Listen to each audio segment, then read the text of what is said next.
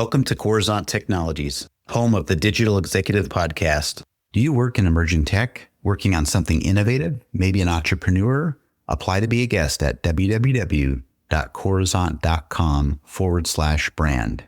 Welcome to the Digital Executive. Today's guest is Colin Coggins. Colin Coggins is a Wall Street Journal bestselling author and the general manager at Chegg Skills. He is also an adjunct professor at the University of Southern California, where he has taught sales mindset for entrepreneurs for the last 18 semesters, a course focused on the durable human skills that matter most in the age of AI. Colin has a deep experience as a technology executive, recognized for his unique and proven approach to operationalizing growth by cultivating both durable and technical skills across entire organizations and embedding a commercial mindset cross-functionally. He has held senior leadership roles at several high-growth technology companies, including Bidium, Mobile Roadie, and more recently as Chief Commercial Officer at Fabric and Senior Vice President GM at Chegg. Well, good afternoon, Colin. Welcome to the show.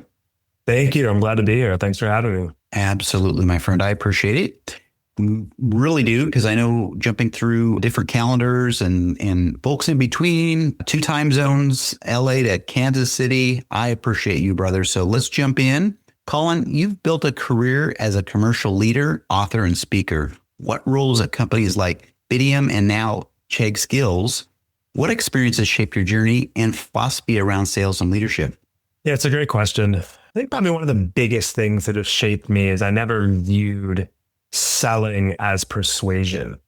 This idea of who salespeople are, manipulative, smarmy, yucky, pushy, is true no matter who you ask. That is what people think of when they hear the word salesperson. But then if you ask someone who's the greatest salesperson they know, the top 2 answers are Dr. Martin Luther King Jr. and Steve Jobs. And then it's people's parents or people's children or people's partners. So there's always been this massive incongruence for me between who people think great sellers are and who the greatest sellers on the planet are. And typically, a lot of them don't even have sales in their title. Most of them are entrepreneurs, leaders in their own right, engineers.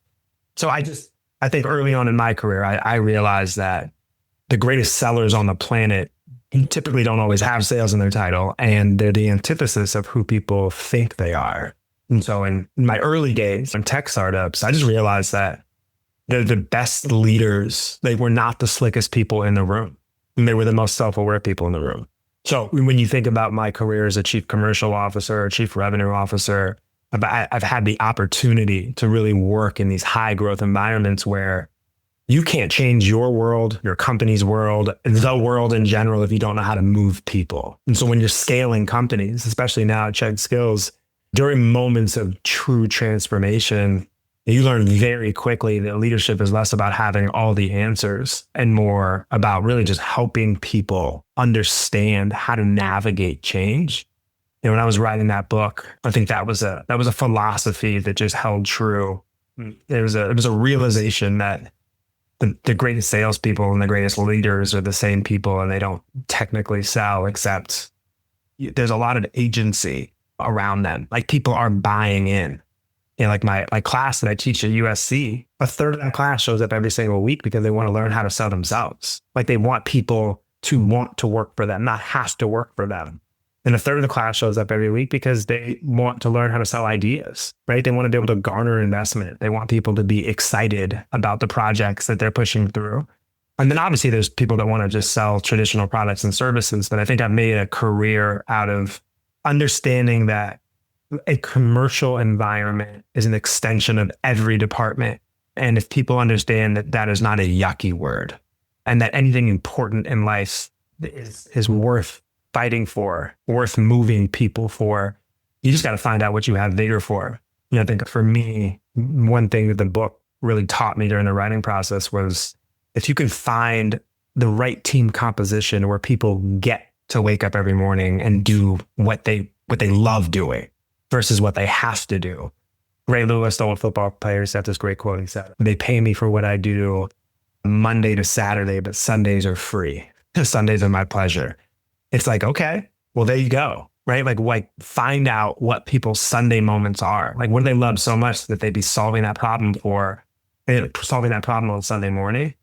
And that is a privileged position that I am in right now in Chegg Skills. Like I have got so many amazing people that wake up every day and get to create access for learners that historically were forgotten about, underrepresented, and did not have access. And so being able to work in that environment, especially coming through the ranks the way that I did, I'm really proud of how me and this entire organization define sales.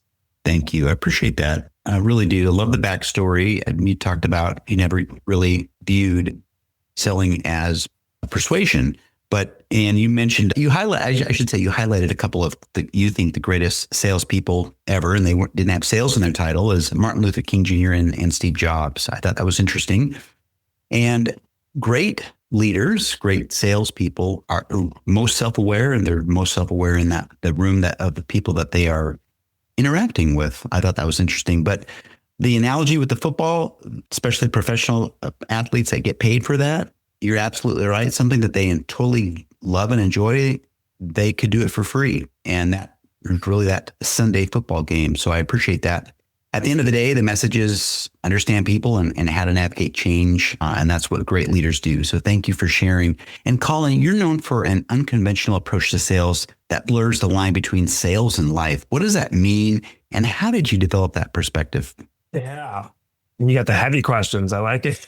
It's like a person would read The Unsold Mindset or go into a class or even, work at a company that I'm leading.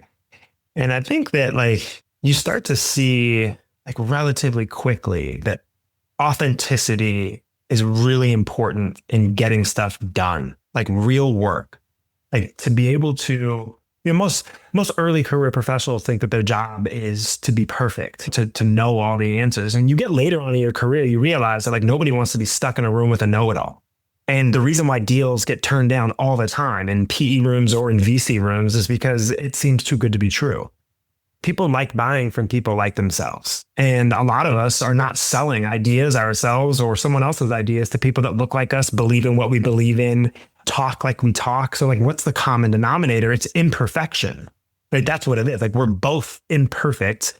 And when someone realizes that the goal is not to be perfect, the goal is for someone to have the ability to see themselves in you. And the only way you can do that is to get to the common denominator, which you both have in common, which is imperfection. It sounds weird, but the greatest leaders, entrepreneurs, sellers, individual contributors that I've ever met in my entire career, they are the ones that are faster than you at showing you that they are imperfect. And so if you think about it from that lens, are we talking about selling authentically or are we talking about living authentically?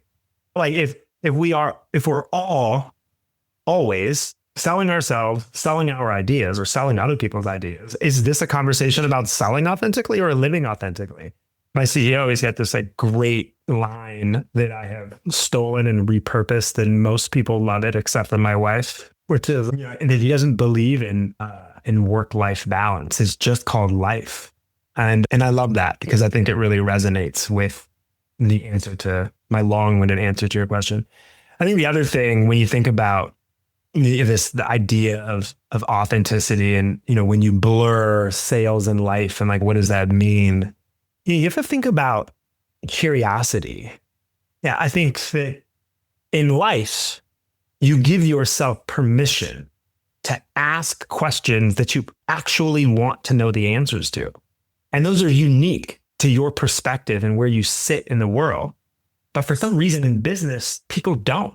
People ask leading questions. People ask questions to make themselves look smart. People ask questions that they already know the answers to. And you're stripping away the agency from the people that you're asking those questions. You're stripping away the gift. You know what it looks like to ask somebody a question that they've never heard before. And in real time, watch them ideate for the first time on an answer to a question they never heard before. That is a gift. If you never see them again, that is their answer. You didn't sell them on anything. They bought it. And you look at any given organization, most of us, when we get into work mode, we are extracting value by asking questions. Tell me, give me, show me, where, when, how much. But there is a rare breed of people in the enterprise, at the university level, just in life, that have figured out a way to add value by asking questions. But that's only because they are asking questions that most people never cared to know the answers to. But because you do, because of your authentic, unique position on this planet, like you want to know the answers to something that most people don't. And this is where it gets really interesting in the age of AI, because everyone touts this, this soundbite that curiosity is the most important skill in the age of AI. It's not that it's not true. It's just always been the most important skill. Go all the way back to way beyond our generation or our parents' generation. The most successful people have always been the people that wanted to know answers to questions that most people weren't asking. So we have this ability now with AI to leverage a piece of technology to ask it questions that you really want to know the answers to from your unique perspective. And that can change your career trajectory in a heartbeat. But only if that line is blurred and you are in the workforce as your true self and not pretending to be the person that you think your colleagues or your partners or your clients or your boss or your direct reports want you to be. Now, that's a long-winded way of saying being a human is really important in enterprise, and it's really important in learning. And is that life? Is that sales? Is that business? I think the answer is yes in general. And maybe the fact that the line is blurred, like that is the point. Like I don't even know if having an answer to this is the right thing to do. Like maybe the point is to be in the best part of the movie, right? To chase this line and tow it between life and traditional business and frame it in a word. I mean, I have seen so many people get credit for being resourceful as opposed to get credit for having answers. And so anyways, great question. I don't know if I have the right answer, but I certainly have a perspective.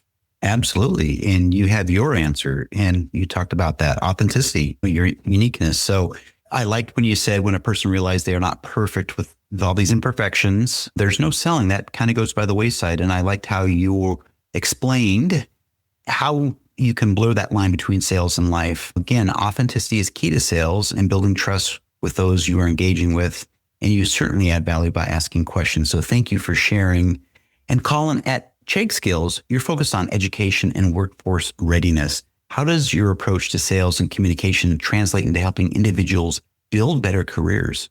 Yeah, well, being the GM of Chegg Skills as a, call it sales professor or subject matter expert in sales, really gave me the ability to run the business the way that I thought would be successful, which was that sales wasn't a yucky word and everyone felt like they were an extension of this commercial mindset and that it wasn't a yucky word.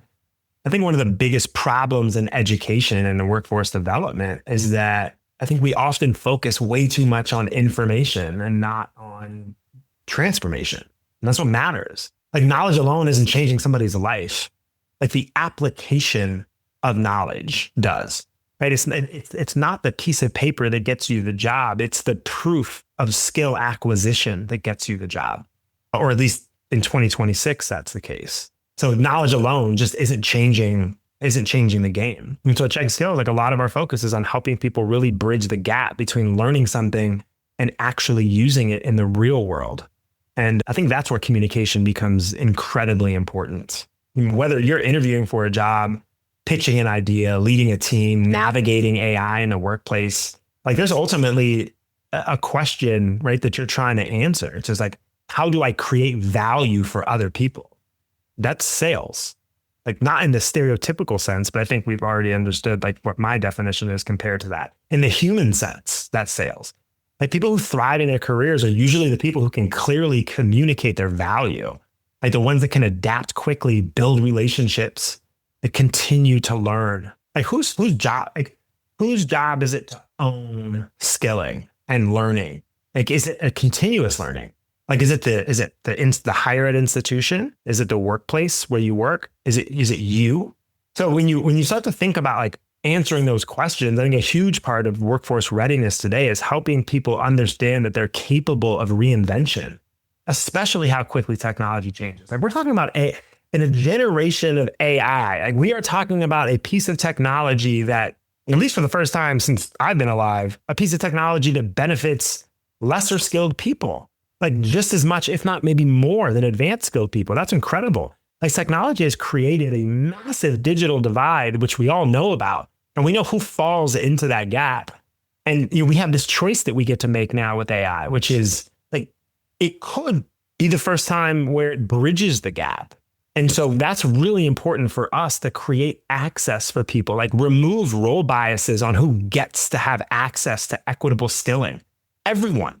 If everyone was learning it, then it wouldn't be, I was talking to a VC a couple of days ago, and he was like, look, it's either going to be exactly what you think, Colin, or the top 1% is going to be 100% richer. And there's going to be a wider gap.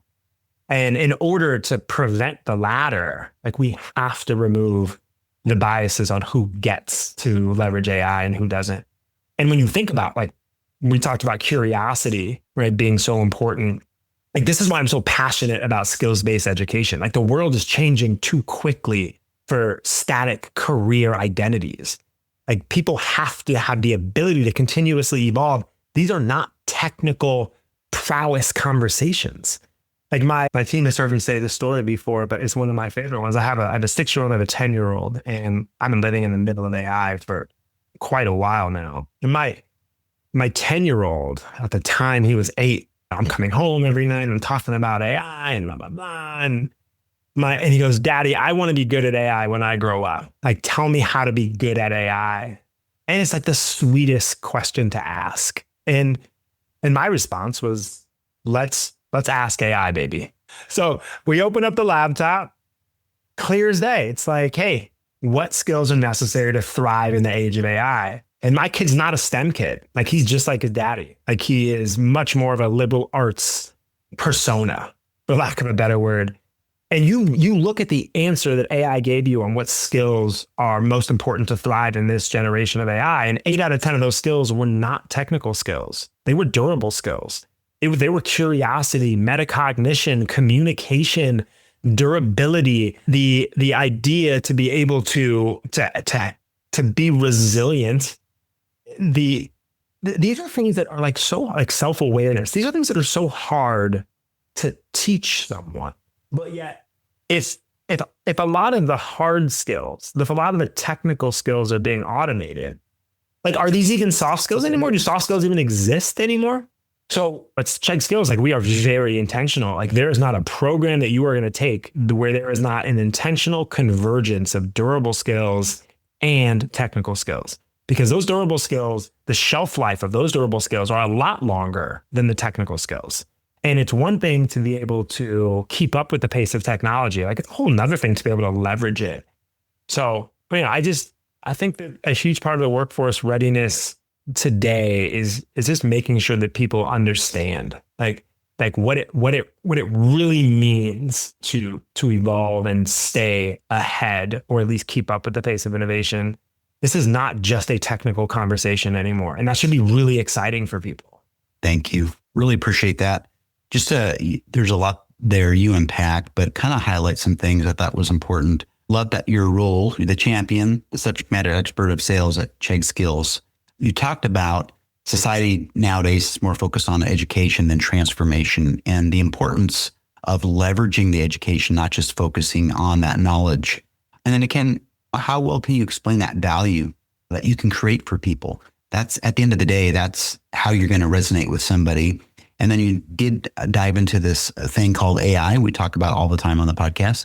It should be a tool for everybody. Equitably lowering the entry barrier for everyone. And that resonated. So thank you. And Colin, last question of the day, as we look ahead to the future, how do you see the role of sales evolving in an AI-driven world? And what skills will be essential for professionals to succeed in the future? Yeah, I think we kind of touched that on the last one. I think AI is going to dramatically change how work gets done, but it's also going to increase the value of human skills. We were just talking about these deep human skills. Like, a lot of the transactional work is going to be automated. Information itself is becoming commoditized if it's not already. So you having all the answers isn't special anymore because everyone has all the answers. But human judgment, trust, creativity, EQ, the ability to tell stories, to adapt. Like all of a sudden, like these skills are super valuable. And if you think about some of the college students that I get to teach that are having such a hard time, getting jobs when they graduate, they're all saying the same thing. It's because there's a 3-year experience requirement and they were just in college for 4 years. So how would they have 3-year experience for an entry level job? By definition, right? You should be able to get it right out of the gate. And it's because these skills are so tough to teach that the enterprise is saying, well, you're not learning it in college and I don't have the time to teach you this because I need you to have these human skills. I can teach you the ones and zeros, the X's and O's, but I don't have the time to teach you how to be self-aware or competitive, right? Or have a high EQ. And so like, I don't think sales disappears. I think bad sellers disappear regardless of how you define sales. But I mean, AI is pretty cool because it gives everybody the ability to be a creator, right? Like you're going to see so many entrepreneurs and I love that. But that also means you're going to see a lack of differentiation in the market. You're going to see a lack of moats if everything is so democratized. So how are you going to differentiate your product from the next one when everyone can create the product in a really short period of time? It's going to be selling. But like if you look at the table of contents of my book, the table of contents of my book as it relates to selling looks a lot more like the table of contents for an emotional intelligence book. Like I had a great conversation with Microsoft about my book. And it was because they wanted their engineers to read it. And I thought that was so funny because why would engineers read a sales mindset book? And it wasn't until like one of the leads in the engineering core said, look at your table of contents. Like these are the skills that are most necessary to thrive in the age of AI. Like engineers are looking a lot more like product managers. What do you think a product manager looks a lot more like? Like the best salesperson in the room. So the future belongs to people who can really combine technical fluency with human connection. The professionals who are succeeding, they're going to understand AI. They're going to understand how to use it and know how to work alongside it and how much value they add to AI. But they're also going to know how to think critically, communicate clearly, ask better questions, like build trust. I talk a lot about vigor. It's like one of my favorite words. It's the idea that the willingness to engage uncertainty with a certain amount of energy, like even before you feel really ready, that becomes like so important when defining the skills of the future. So I think AI is really just accelerating change so quickly that no one's going to be able to feel like they're fully prepared for it.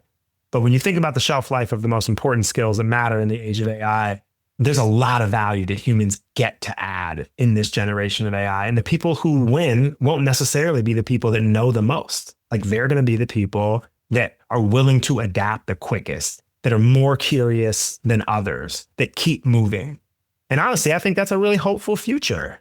Like the fact that fundamental human qualities are going to be some of the most important skills in this age of artificial intelligence. Like that gives me hope, not fear. Thank you. Really appreciate your insights here. Obviously, as you mentioned, AI not only will change that productivity landscape, but you believe will improve those deep human skills such as EQ, communication, storytelling, etc. Sales will still be here. In your prediction, bad sellers may disappear, but sales will still be here in this AI future. I liked your story about you talking with Microsoft in your book, and they wanted their engineers to read your sales book. Because out of that, they can actually learn human connection, better communication, and building trust. And I thought that was insightful. So I appreciate that. And Colin, it was such a pleasure having you on today. And I look forward to speaking with you real soon. Likewise, Brian. This was awesome. I appreciate you having me. Bye for now.